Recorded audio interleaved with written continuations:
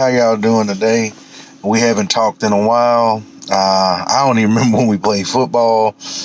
Right now, the program is a lot of disarray. You have a lot of kids transferring, guys that were huge contributors for the last 2 or 3 years. Very shocking to see Woodley transfer, but I understand he's graduated, completed his degree. He's a freshman All-American, got injured, having a decent season this year. Really should be moved back to safety, and I can understand that. But really, since the ESPN article dropped and we had the debacle with Clemson, which I can understand Florida State's stance on that, we just have not been any good. And we really haven't been good, I would say, probably since the opening kickoff against Alabama. We haven't been truly good. It's just funny when you see the article and you think about, 2011, 2012, 13 national championship, 14 college football playoff, and really 15 and 16 if Jimbo Fisher hires the right staff, kind of gets the right things in place as far as your defensive coordinator, make changes to the strength and conditioning coordinator and offensive line. We're probably in the playoffs 15 and 16 easily. So we was right on the cusp. I talked about this in previous videos about what ended up hurting Bobby Bowden, especially when he lost Mark Richt, not making the changes to his coaching staff that need to be changing, bringing Chuck Amato back, and just Florida State living off the fact they didn't have to pay Bobby Bowden a lot of money. They didn't have to do anything to upgrade facilities or try to keep building, adding. And when Jimbo Fisher came in, we played and we won. And then he come in, he changed the logo, he did some different things, but we still need to go to different levels. And when you read the article, I find it very interesting that Willie Taggart was in there talking about championship, and somebody said, championship you never won. So I kind of already knew that was going to happen. I knew it was frustration. It was a lot of discontent, a lot of things going on between that coaching staff and the players. So really, where do we go from here? I think number one is just, if it doesn't work for Mike Norvell, we're going to have to continue to recruit. I'm not worried about 4 and 5 stars. I'm worried about getting guys that can step in and play, or getting guys that can be developed into football players. As bad as it seems for us, I don't think it's that bad, because obviously you got a lot of guys that are opting out, entering the transfer portal, or leaving the program. So you should be able to get a good group of kids that want to step on the field and play, and you can sell that, hey, you can come play right now. And we just got to get this coaching staff needs tools. Now, if the team is in this situation next year, then I don't think it's going to be fair for Norvell to be back. I hope he can get it together, just same way I hope Willie Taggart could, but he's going to need some help. He's going to need the facilities. He's going to need the coaching staff. Again, I touch on the fact that Jimbo Fisher wanted to make key changes to his staff, but they would not allow him to hire top tier coaching. So he had to just hire who he can hire, keep who he can keep, because he wanted to get the big coaches. So you can't blame a man again for leaving, going somewhere where all his money is guaranteed, and then whatever he says he's going to get, whether it's facilities, program, coaches, he can pay him.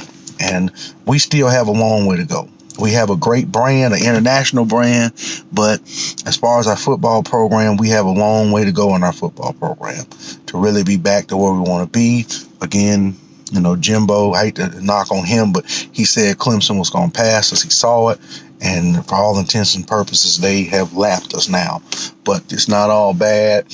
I don't think everything's going to be bad. I think we can work things out, make some changes, and do what we need to do. So it's just a weird time for the program. We got 2 more games. I think October, early November last time we played. So that's going to be very interesting for our team to play the rest of the guys that want to be there.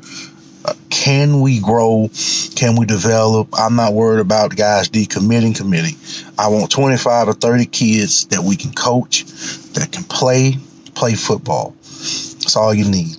I mean, in Bowden's heyday, before they started keeping track of recruits, he did a good job of going out and get the 25 or 30 best kids to fill spots, to grow and develop and push themselves. And that's just what we got to do. It's very, very sad, very, very frustrating in the situation this team is in, the situation we're in. But we can overcome, we can adapt, we can grow. I think I think everybody was really excited after the North Carolina game, and since then it hasn't been too much go on, but it will get better, and we'll continue to survive. I'm just very interested to see how we look in these last two games.